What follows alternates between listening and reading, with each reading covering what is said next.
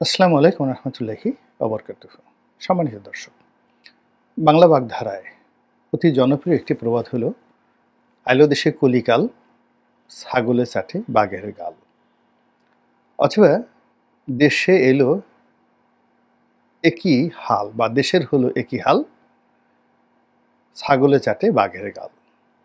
Pop তারকা বা pop সম্রাট আজম খানের সেই বিখ্যাত গান অতীব জনপ্রিয়, এবং বাংলাদেশে এই জিনিসটি খুব বেশি, একেবারে অনাদিকাল থেকে, অনেক আদিকাল থেকে এটি প্রচলিত। এখন সামাজিক জীবনে, পারিবারিক জীবনে এরকম ঘটনা প্রায়ই ঘটে। ছাগলে চাটে বাঘের গাল এর সহজ সরল যে ব্যাখ্যা, সেই ব্যাখ্যাটা হলো, দুর্বল কোনো ব্যক্তি, অযোগ্য কোনো ব্যক্তি, বা ব্যক্তি না বলে এটাকে প্রাণী বলেন, যখন কোনো শক্তিশালী প্রাণীকে নিয়ন্ত্রণ করে, পরিচালনা করে, শুধু নিয়ন্ত্রণ নয়, যেমন একটি ছাগল একটি বাঘকে বন্দি করে ফেলল, গলায় রশি পরিয়ে ফেলল, তারপরে এটাকে নিয়ন্ত্রণ ধরতে পারেন, এরপর পরিচালনা করতে যদি বলা হয়, তাহলে ছাগলটি বাঘের পিঠের উপর চড়ে বসলো, তারপরে বললো ডানে যাও বামে যাও। এটাকে বলা হয় পরিচালনা করা। কিন্তু গাল চাটা যে বিষয়টি, এটি আরও জঘন্য। এটি আরও জঘন্য, অর্থাৎ যখন ছাগলটি তার ইচ্ছা মতো বাঘের উপর, নৈতিক যে তার যে সাহস এতটা বেড়ে যায় যে সে বাঘটিকে বন্দিদশা থেকে মুক্তি করে দেয়, অর্থাৎ তার গলা থেকে শৃঙ্খল খুলে দেয়। তার হাতে পায়ে নখ বিরাজ থাকে, কিন্তু বাঘ ভুলে যায় যে সে একটা রয়্যাল বেঙ্গল টাইগার। তখন ছাগল তার সঙ্গে ক্রিয়া করে, কৌতুক করে, খেলাধুলা করে।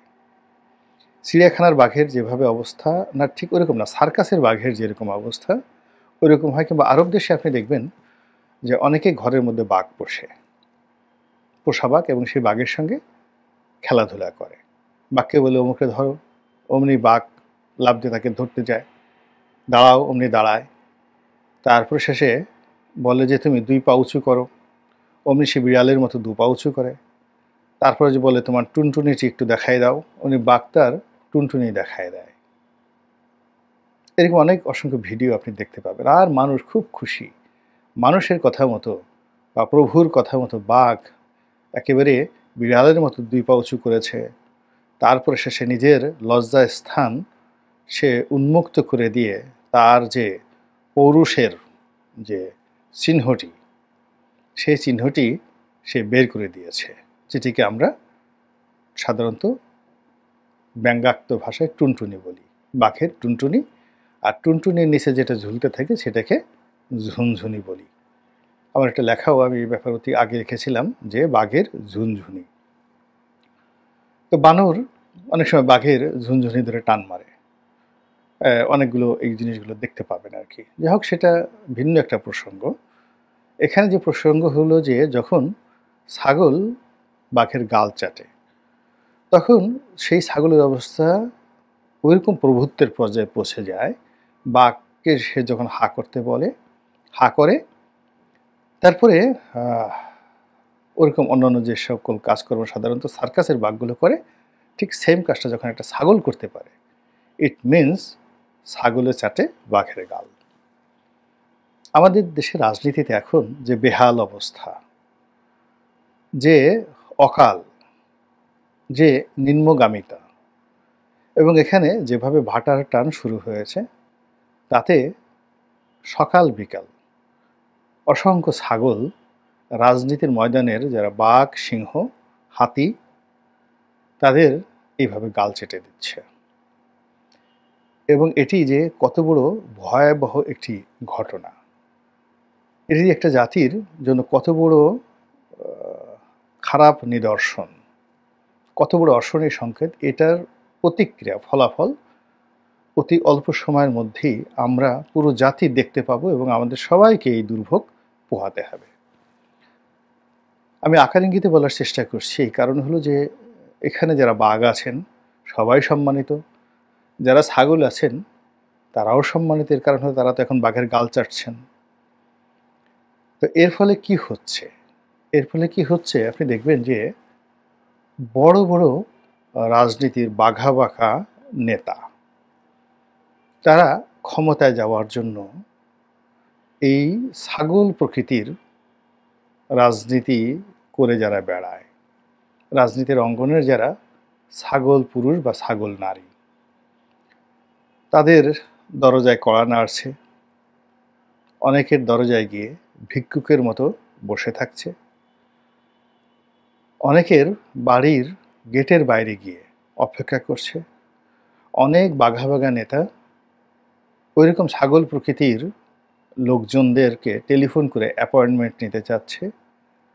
ফলে কি হলো, ছাগলের যে প্রভুত্ব, তার যে দম্ভ, তার যে ক্ষমতা এমন পর্যায়ে চলে আসছে। আপনি এখানে অন্য প্রাণী না বলে ছাগলের কথা বললাম কেন? ছাগল এবং পাঠা, মানে ছাগল হলো সেই প্রাণী যাদেরকে আমরা লালন পালন করি তাদের মাংস খাওয়ার জন্য, এবং যাদেরকে খাসি বানিয়ে দেওয়া হয়, অর্থাৎ তাদের পৌরুষত্ব মানে শেষ করে দেওয়া হয়, তাদেরকে হিজড়া বানিয়ে দেওয়া হয়, তাদের ঝুনঝুনি অপারেশন করে খুলে নেওয়া হয়, তাদেরকে আমরা ছাগল বলি।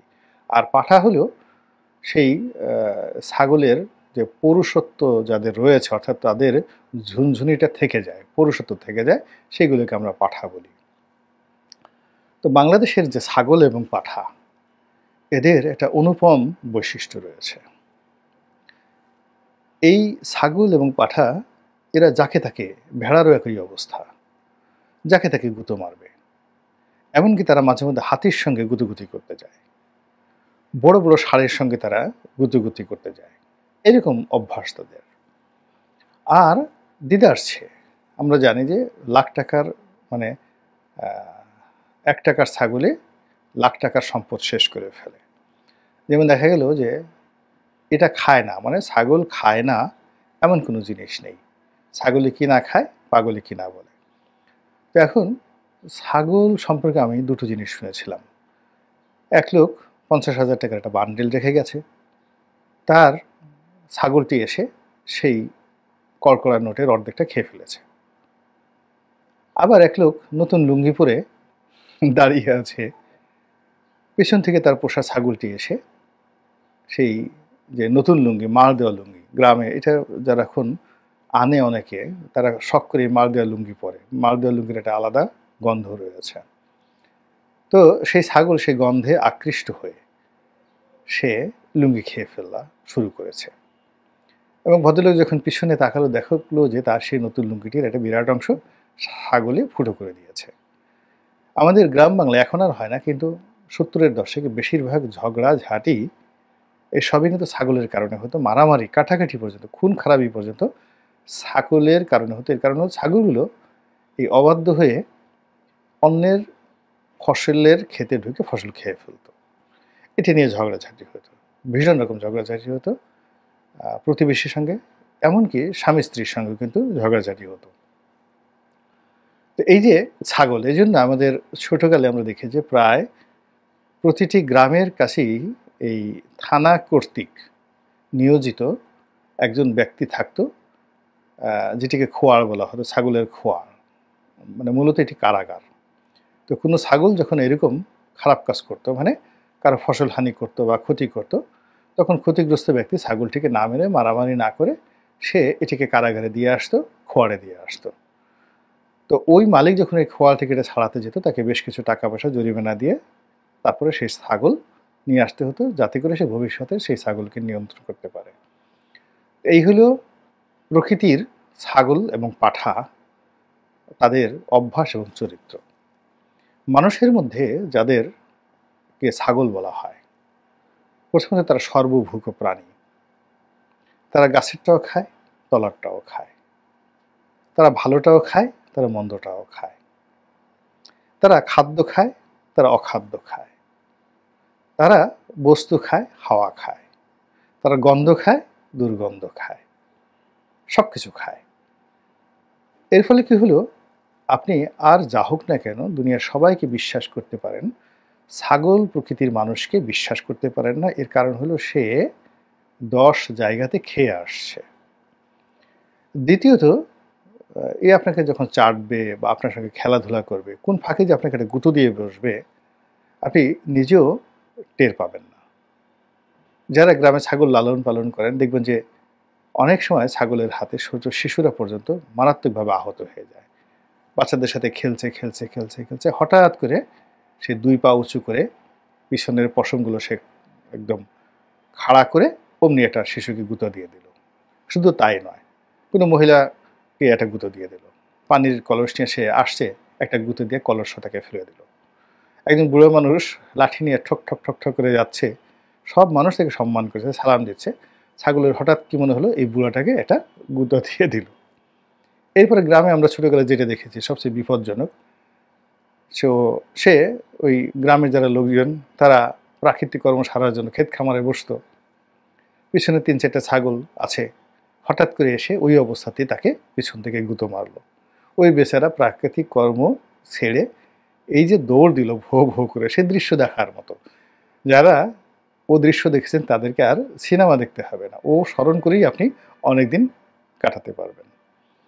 তো এরকম ছাগল নিয়ে বহু ঘটনা রয়েছে এবং সেই ছাগলের যে কর্মকাণ্ড সেটি যখন রাজনীতির ময়দানে প্রকট হয়ে ওঠে, তখন রাজনীতির সৌন্দর্য নষ্ট হয়, রাজনীতির অলংকার কিছু থাকে না, আর রাজনীতির যে সম্মান এবং মর্যাদা এটা থাকে না।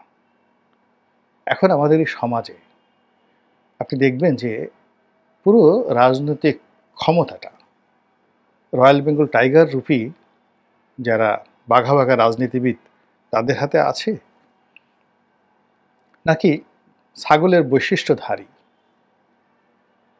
রাস্তার কিছু সাধারণ মানুষ যারা সবসময় অন্যের হাতিয়ার হিসেবে, অন্যের অনুগ্রহভাজন হিসেবে, অন্যের টাকা দিয়ে চাঁদাবাজি করে, দয়া দাক্ষিণ্য নিয়ে, ভিক্ষা করে, তারপরে নিজেদের ফুর্তি করে এবং রাজনীতিটাকে একটা পেশা হিসেবে নেয়, তাদের হাতে চলে গেছে।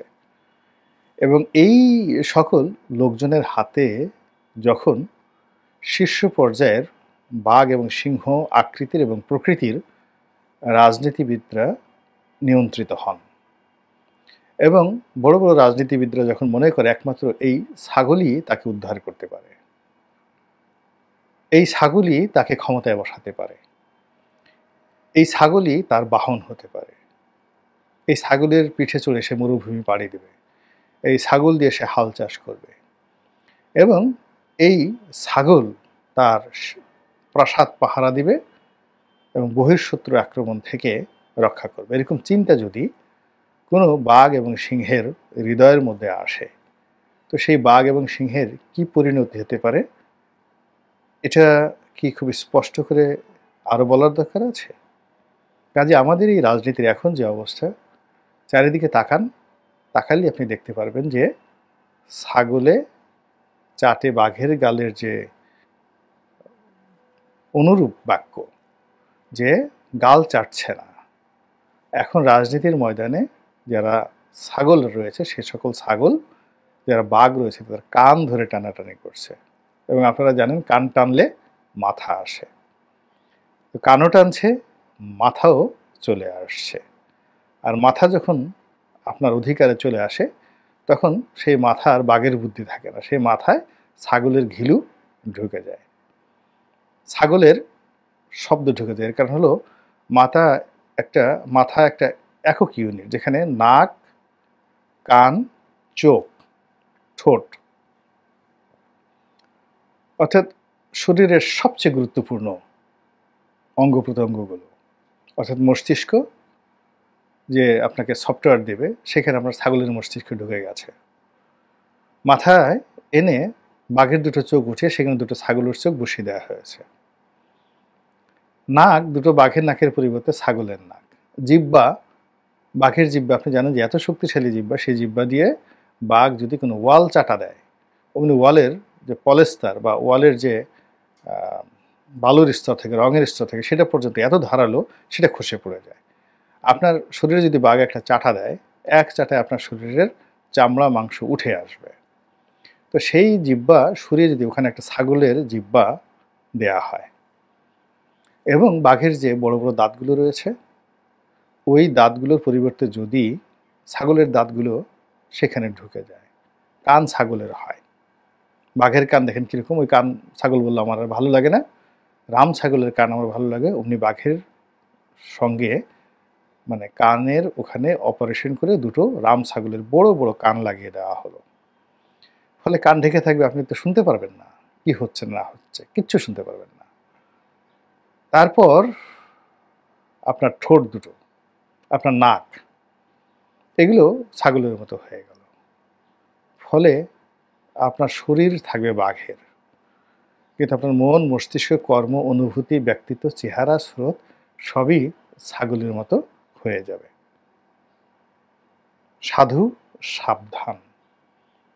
যদি মান থাকে, মর্যাদা থাকে, রাজনীতি করতে চান, সিংহাসনে বসতে চান, ক্ষমতায় যেতে চান, ক্ষমতায় থাকতে চান, ক্ষমতা পরিচালনা করতে চান, আগে নিজেদেরকে ছাগল মুক্ত করুন, বাঘের মতো থাকার চেষ্টা করুন এবং বাঘের মতো গর্জন করেই সিংহাসন, যেটা সিংহের আসন, সেটি রক্ষা করুন, হেফাজত করুন। সম্মান পাবেন, মর্যাদা পাবেন, সিংহাসনও পাবেন।